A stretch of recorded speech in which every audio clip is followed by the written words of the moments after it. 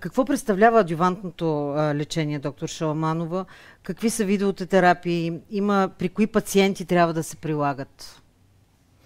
Преди малко започна доктор Гаврилова по повод въпрос на пациентката, което тя беше задала така малко нясно въпроса за микрометастазите.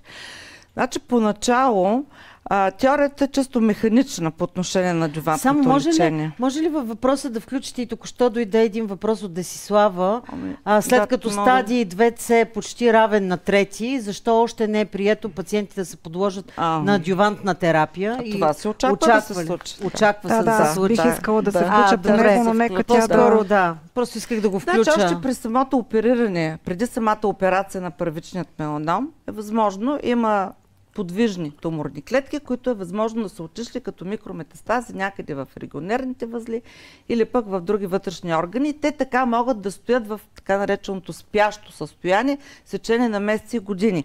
И по повод под някаква активация от епигенетични фактори, най-различни, нали, много често хората го дават и на връзка с стрес или така рязко отслабване на имунитета на организма, те започват да се развиват, да нарастват и да станат детектируеми, т.е. да могат да бъдат видяни, опипани или установени тези метастази. И за да не се случи това, значи ние въвеждаме термина адювантно лечение, т.е. профилактично лечение, т.е. лечение, което да стопира развитието на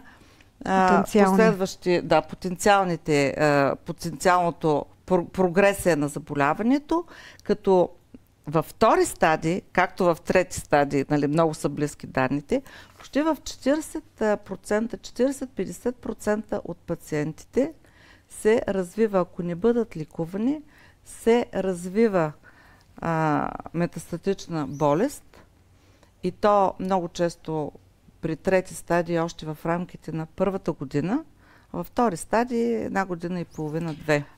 Тоест появява се някъде, би могло да се появи метастаз. В регионерните, но много често като първи рецидив. Рецидив наричам всяко релапса или всяка една проява на прогресия на заболяването. Тоест да излезе от някъде отново метастаза. Да, т.е. възобновяване, възвръщане на болестта. Трябва ли да разбирам, че човек с диагноза меланом в тези стадии не може да играе хазарт, не може да отиде като на казино, т.е. той трябва да мине през адювантната терапия. Разбира се. В този случай.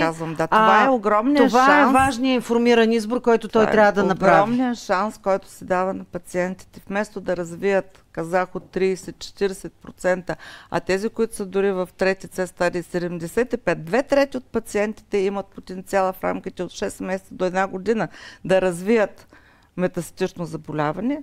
Това може да бъде стопирано с така нареченото адювантно лечение. Адювантното лечение се прилага при по-агресивен втори стадий меланом и при напълно резектабелен трети стадий меланом, когато отстранем меланома с регионерните лимфни възли.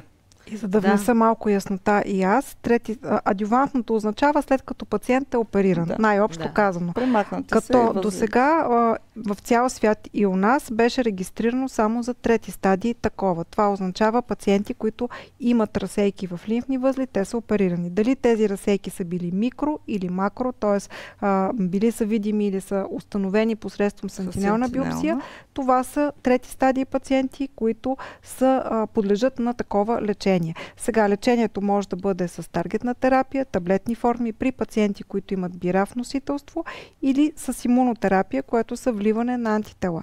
Това е регистрираните режими в цял свят. Втори Б и С стадии, които се водят високо рискови, на пациентката наистина статистически приравняваме втори стадии към трети от подтиповете, но това не означава, че тя е с прогноза задължително на трети стадии. Моля, нека да не се плашим, защото при меланома 2 и 2 не е 4. Но за втори стадий, следствие на много клинични проучвания, беше прието и нов стандарт, който е да има имунотерапия в този втори стадий като лечение. За пациентите е важно да знаят, доктор Гаврилова, че всъщност това е вид превенция. Вие го наричате като лекари терапия.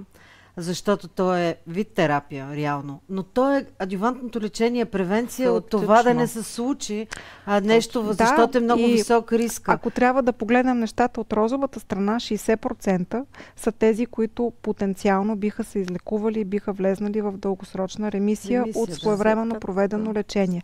Аз искам и на още нещо да акцентирам, защото това е послание, което се надявам да стигне до повече пациенти.